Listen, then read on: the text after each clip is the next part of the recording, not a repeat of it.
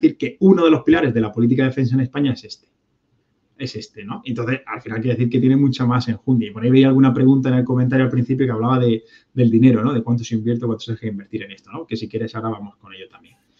Pero ese es el momento un poco en el que se empieza y desde entonces, o sea, fíjate, en el año, ahora que teníamos la última directiva de defensa nacional, año 2020, ¿no? Si no me equivoco, si el 20, aparece que hay que promover la cultura de defensa, en fin, con distinta variación, pero siempre sale sistemáticamente. Lo cual quiere decir, yo me pregunto, si sigue saliendo en el año 2020, alguien piensa en defensa, en el ministerio o en los ejércitos, pues que no se está consiguiendo el objetivo, ¿no? Desde entonces, ¿no? ¿Por qué ocurre eso? Pues ahí está la buena pregunta.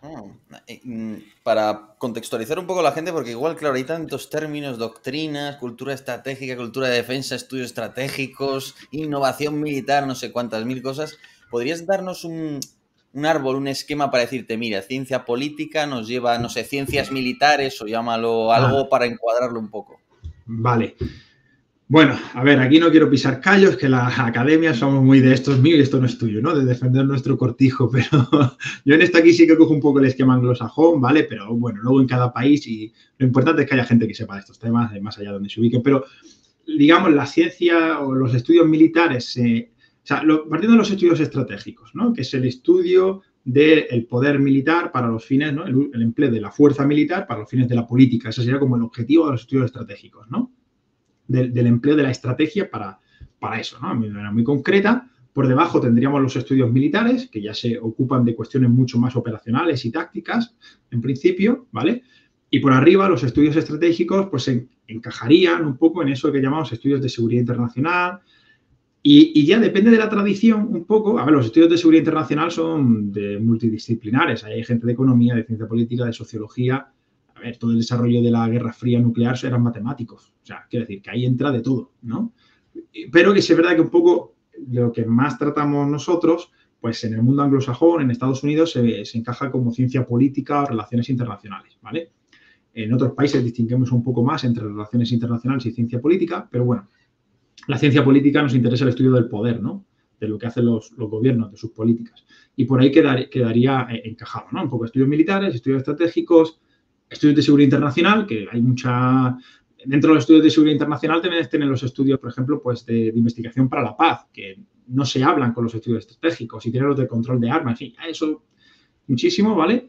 Y dentro de eso, ciencia política, relaciones internacionales. Pero como digo, esto es un campo multidisciplinar. Aquí hay economistas, hay sociólogos, hay la cultura de defensa tiene muchos estudios de sociología, porque al final se trata de medir, oye, la gente apoya el ejército, a la gente le parece bien que se instaure el servicio militar, la mili. ¿Qué opina la gente de, no sé, del sentimiento nacional? Todo esto, ¿vale? Y eso pues lo hacen los sociólogos más que nosotros los politólogos. Entonces, en la actualidad, por lo que nos has comentado, viniendo de esa etapa del Partido Popular, se busca que sea una herramienta para, bueno, pues atraer a la gente para apoyar presupuestos públicos en las Fuerzas Armadas principalmente, ¿no? Entiendo que...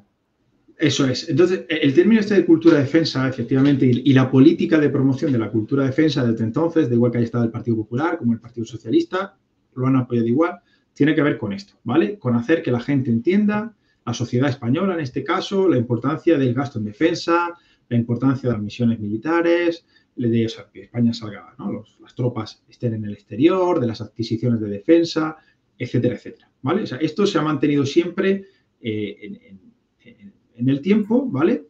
Y cuando se dice España no invierte mucho en defensa, algunos dicen, claro, no invierte porque no hay cultura de defensa. Como la gente no sabe para qué sirve, no quiere invertir en temas, en gasto militar, ¿no? Por ejemplo. O la gente, o a lo mejor se oponen a una misión, o la gente no lo entiende que hace España en no sé dónde, porque no hay cultura de defensa. O sea, es un poco la razón. Como no hay cultura de defensa, no se apoya esto. Por tanto, hay que promover la cultura de defensa para que efectivamente se apoyen ese tipo de políticas, ¿no? ¿Y esto cómo se conecta con esa cultura de defensa como comportamiento de la sociedad española en defensa? O sea, ¿cómo...? Claro. Desde entonces, fíjate, se han desarrollado los programas de cultura de defensa y esto es lo que la gente a lo mejor conoce. Estos son, mira, el propio patrocinador, no sé si el término, ¿no? De este vídeo de la Universidad Rey Juan Carlos, pues eso viene por la cultura de defensa. O sea, Defensa, el Ministerio y las Fuerzas Armadas han promovido contactos con las universidades, jornadas, seminarios, charlas, máster, etcétera. Han promovido con medios de comunicación que periodistas vayan a pues, determinados regimientos o acuartelamientos a conocer allí cómo es su día a día, ¿no? Esto es lo que tú hiciste, por ejemplo, cuando has ido, ¿no?, a visitar alguna unidad, es parte de eso, ¿no? Programas culturales, los museos, de archivos para los investigadores, para los historiadores. Todo el tema de desfiles, juras de banderas civiles, de todo esto, todas esas acciones, ¿vale?, del Ministerio de Defensa y del Ejército de Tierra, el Ejército del Aire y el Espacio y de la Armada, van encaminadas a eso, ¿vale? Acciones que nos acerquen a la sociedad, acciones que la gente permita entender que para qué hacemos esto, dejamos de hacer, para qué, ¿vale? Y es un poco la razón. O sea, ahí se ha invertido muchísimo dinero, ¿vale? En la universidad, que esto era parte de mi tesis, pues, promover prácticas, es decir, estudiantes, cuando yo hacía en su momento la licenciatura, pues que fuéramos a hacer prácticas en unidades militares, o que haya gente que pueda investigar sobre estos temas, o organizar unas jornadas o un congreso científico, ¿vale? Todo esto, ¿vale? Pues todo eso es parte de esa cultura de defensa, ¿vale? Claro, y aquí la pregunta sería, bueno, ¿pero esto funciona o no funciona? ¿Vale? Yo creo, a ver, y esto empezamos a entrar un poco en lo que llamamos la evaluación, ¿no?, de la policía, ver si esto funciona o no funciona. Bueno, aquí esto es muy complejo, no es que yo quiera ponerme en plan aquí intelectual de... Es complejo porque siempre o sea, la gente ¿por qué apoya, no sé, que España manda armamento a Ucrania, por ejemplo, actualmente? ¿Porque tengo cultura de defensa y me lo creo o porque, yo qué sé, me parece una barbaridad lo que ha hecho Rusia y entonces todo lo que se haga por Ucrania está bien? ¿Qué causa el que esa persona apoye que España manda armamento? O puede que sea las dos, puede que sea una, puede que sea otra, ¿no? Por ejemplo. Aquí es donde digo que puede ser complicado porque fíjate que 20 años después las directivas de defensa nacional, que esto para quien no lo sepa es el documento un poco que preside, ¿vale?, el planeamiento de la defensa, ¿vale? Se marcan los objetivos de la política de defensa y a partir de ahí se supone que viene todo lo demás. Pues dice que hay que seguir promoviendo la cultura de defensa. Creo que hay cosas positivas. Por ejemplo, pues hay gente como yo, que mejor o peor, pero trabajamos estos temas, ¿no? Estos temas de defensa. Hace 40 años era muy difícil que hubiera en España, ¿no? Y tú vas a preguntar que quiero hacer un trabajo de este tema militar y en general solo hay buenas palabras. No tienen ningún problema, al revés, están encantados de ayudar en la medida de lo posible. Hace 40 años, me cuentan algunos viejos ya, que es imposible que un profesor de universidad entrara a un archivo militar pero imposible. Hay cosas que se han hecho bien, ¿no? Que decir, que se miden, o sea, que se aprecian, que hay avances. Pero luego alguien diría, bueno, pero es que se sigue sin invertir en defensa lo suficiente, ¿no? El 2%, hay rechazo a las misiones militares, es decir, ¿qué ocurre para que eso sea así? Entonces yo creo que es cuando puede venir esta crítica en el sentido más constructivo, ¿eh? En el sentido de que hay que seguir avanzando, en el que quizás no sea solo el conocimiento, si se sabe, si no. Es decir, que, por ejemplo, si hago una jura de bandera civil, ¿va a ir alguien que no esté convencido ya de que las Fuerzas Armadas son la leche? Así hablando coloquialmente. No, seguramente va a ir alguien que ya crea que, vamos, que todo lo que se les dé es poco, por ejemplo. A un desfile militar. A un desfile militar voy yo. Estoy seguro que tú también vas. Pero porque a lo mejor estoy convencido de que, bueno, de que es un instrumento necesario del Estado. Y a lo mejor tú y yo somos críticos, ¿vale? Podemos ser muy críticos con la política de defensa, en un sentido constructivo, ¿no? También. Pero a lo mejor otra persona va a un desfile y es totalmente acrítico, es decir, todo le parece fantástico, todo le parece súper bien y a lo mejor no saben de defensa, como decía. Es decir, hay muchas cuestiones para valorar que creo que tienen que ver con que no se ha entendido bien esa idea de cultura política, es decir, de que hay distintos sectores en una sociedad, ¿vale? Que no es solo conocimiento, ¿vale? Que también es lo que siento, la emoción. Fíjate, si yo pienso que que los políticos solo toman decisiones pensando en su interés común, en su interés personal, no en el común, quería decir, ¿vale? Y estoy convencido de eso, a lo mejor me opongo a una decisión de defensa no porque sepa o no sepa de defensa, sino porque creo que el ministerio está tomando alguna decisión para al final favorecer al político o a una empresa que se lo va a llevar crudo o cualquier historia de estas, ¿no? Es decir, que a lo mejor como me parece mal la clase política y me parece que... O el gasto, yo a lo mejor estoy en contra del gasto del Estado, no sé, y que me suban los impuestos y me dicen, no, es que esto es para defensa.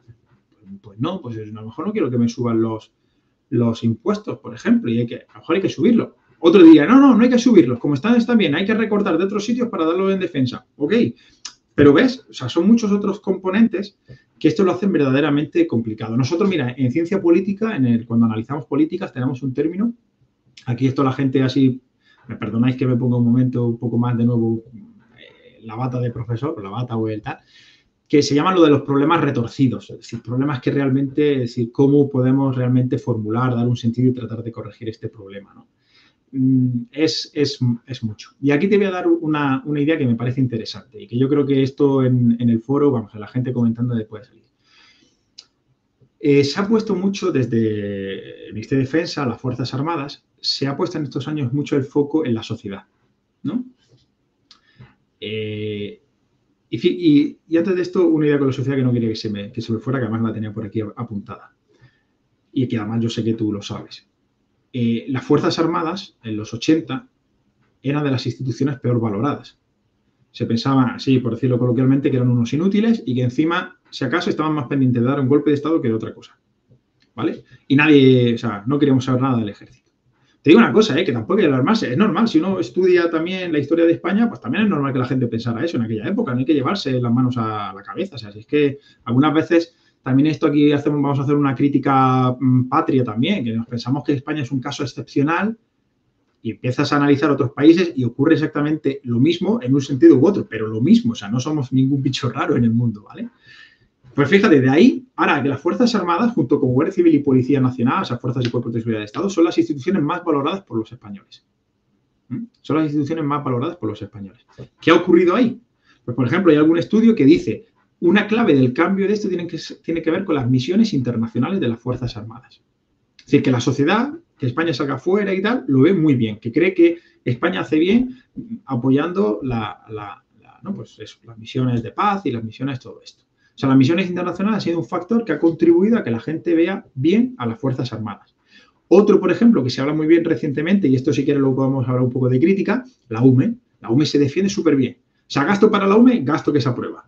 Despliegue de la UME, despliegue que nos parece bien. ¿Que hay una riada o un incendio? ¿Qué carajo pasa que no se haya llamado ya la UME, ¿no? Y dice, bueno, a lo mejor no hay que llamarla todavía, o esto funciona de otra manera, ¿no? Son cosas que hacen que la gente... en este caso tengan una buena Queremos opinión. restregarle a los indepes el ejército. Manda la UME. Manda la UME. Que no se van a poner un tanque, así, un tanque a lo mejor no, pero un camión de bomberos de la UME, ¿no? A ese sí. Y ya no te digo nada de los apagafuegos, ¿no? De los botijos del 43. Eso te lo aplaudo. Es decir, tenemos indicios de que la gente lo apoya. Aquí llegaría yo la segunda crítica, ¿no? A esto. Entonces la gente apoya el despliegue de la UME, pero si decimos que hay que construir submarinos, ese 80 decimos, ¿para qué es un submarino? ¿Para qué queremos un submarino? Eso no sirve para nada, eso es tirar el dinero. Claro, llega el problema. Potenciar también la UME, esa imagen o esa de las Fuerzas Armadas, o sea, es que fíjate, no quiero hacerlo muy retorcido, ¿vale? Y que la gente pierda el hilo, ¿vale? No es mi intención. Me decís, si nos estamos perdiendo, me lo decís, pero porque es que el tema tiene su intríngulis. Entonces, si la gente le parece bien las Fuerzas Armadas, ¿nos van a apoyar en cualquier cosa? O si fomento la UME y la imagen de la UME va a hacer que la gente solo quiera la UME y solo quiera cascos azules, pero si queremos más Leopard o más S80, por decir algo, entonces decimos que no, que ahí no queremos invertir. ¡Buah! Ya tenemos un problema. Es decir, que si queremos mandar una misión de cascos azules de operación de paz clásica de Naciones Unidas, bien. Si queremos hacer una misión de entrenamiento en Mali, que has escrito no hace mucho sobre eso, también bien. Pero eso de la disuasión clásica y tal, ya no tenemos claro si eso sirve. Pues fíjate aquí en el componente social de la sociedad, cómo influye. ¿Tiene que ver con que se sepa más o menos de defensa o tiene que ver con que, mira, el de la UME en un momento dado me va a rescatar? Te digo una anécdota. A mi madre, mi maestra, la rescató la UME, ella trabajaba en Sierra Nevada, en la estación de esquí aquí en el sur de España, hubo una nevada, en fin, histórica hace unos años, y tuvo que ir la UME a rescatar a los niños y a los maestros del colegio y todo esto. O sea, mi madre, ¿no?, ha visto a un militar sacándola de un colegio, ¿no? Y esa, ya no es que en la tele, lo ha visto, lo ha vivido ella. Entonces, esa parte sí, Pero, ¿y el otro tipo de defensa? Entonces, ¿qué vende el ministerio? ¿Qué vende? La defensa. Claro, la defensa clásica, permitidme usar esto de qué vende, ¿no? Que creo que es un poco, así en términos un pelín demagógico, la verdad, pero bueno, ¿qué vende entonces el Ministerio de Defensa? Esto es un componente. Entonces, esta era la pata que decía de la sociedad, ¿vale? Que creo que invita a pensar, a darle una vuelta a todo esto. Y la otra que a mí me parece más importante, que es la de las élites. La de las élites. Si nos ponemos un poco a estudiar el proceso, vemos que los temas de defensa, como los temas de política exterior, como muchos otros temas, no están en el debate público. O sea, la gente no habla, ¿vale?, del ascenso de India en el panorama internacional.